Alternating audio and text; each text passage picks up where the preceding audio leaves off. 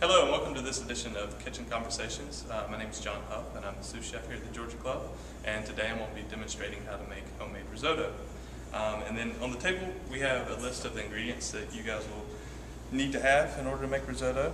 First we have just oil. You can use olive oil, vegetable oil, diced onions, the risotto, the rice, which is arborio risotto rice, and then white wine, salt, pepper, a little Parmesan cheese, whole butter, and then a broth of your choice. Today we have chosen mushroom broth. And then at the very end to garnish, we're going to garnish with a little parsley and some truffle oil. And so to start off making risotto, you want to add your oil to a pretty hot pan. You don't want it smoking hot, but you want it, a little. You can hold your hand over it a little bit, but not too much. You're going to add your onions and let those saute down a little bit.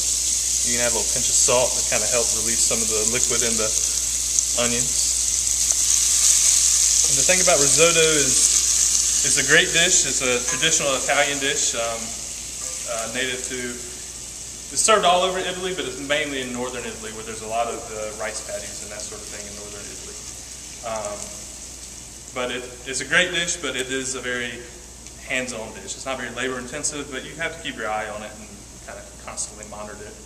And then next you're going to add your rice. Like I said earlier, we use arborio rice, which is a short grain, high starch rice. And to have the starch is very necessary in making risotto because the finished product should be creamy, but without adding any cream to it.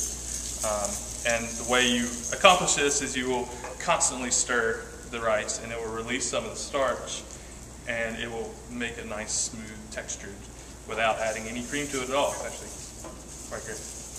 So then after you add your rice, you're going to let it kind of toast a little bit, just for a few seconds. If your pan's nice and hot, it shouldn't take too long. But like I said, you want to keep stirring it to kind of release and agitate some of those starches. And then, also the high starch also allows it to absorb a lot more liquid, which is also key to making risotto.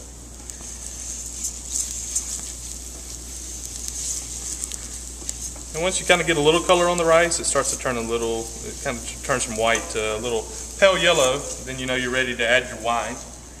We just chose just a table white wine.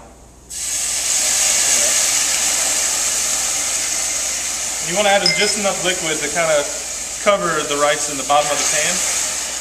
And like I said, you have to constantly keep stirring until that liquid pretty much gets absorbed into the rice or evaporates not until it's completely bone dry, but until it's it's a little damp inside, but not soupy.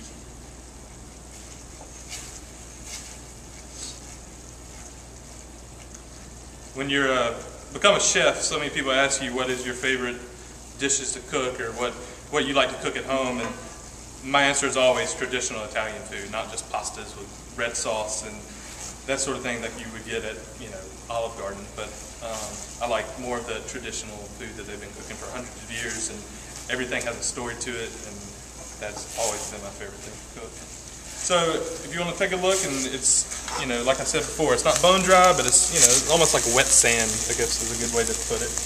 And then you're going to add your hot broth, and like I said earlier, we have mushroom broth, and you're going to add just enough to cover again.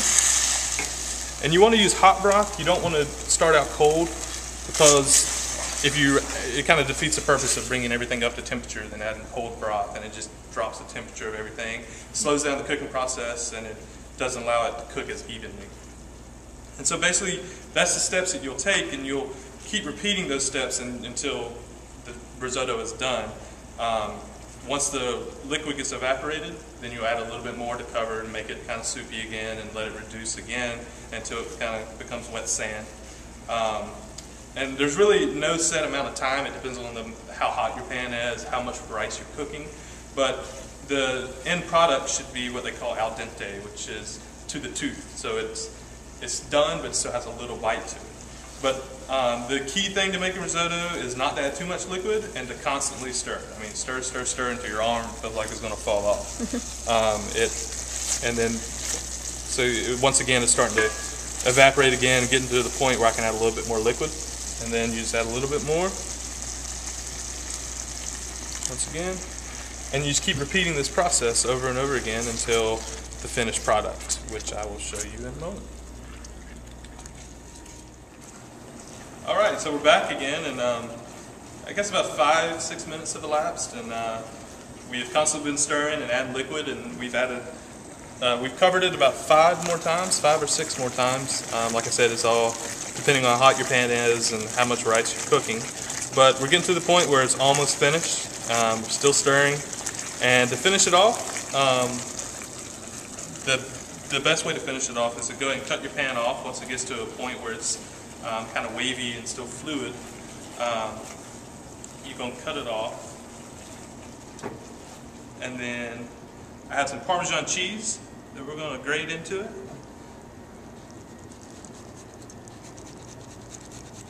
Like I said earlier, there's a lot of different broths that you can use. You can use chicken stock, you could use vegetable broth, you could use mushroom broth like we're using. A lot of people use seafood stock, like shrimp stock, or just any kind of shellfish broth or that sort of thing. Traditionally, if you do use a shellfish broth, cheese would not be added. That's just the traditional way.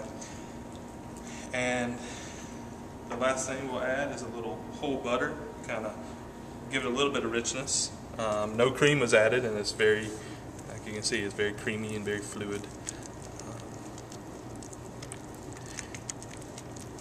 If you were to add cream to it, which is not completely shunned upon, it would change the dish from a risotto to a manicotti, which is just a risotto with cream added to it.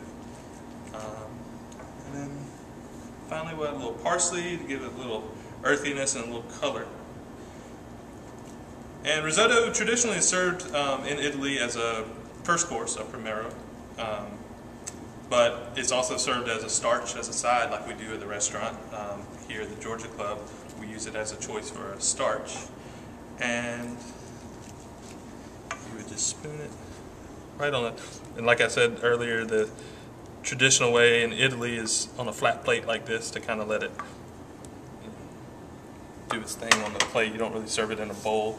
And then to finish it off, we have a little truffle oil, which I believe you could probably get truffle oil at a Publix nowadays. A lot of people are using truffle oil, but if not there, you could definitely get it somewhere like Earth Fare, or you could substitute extra virgin olive oil.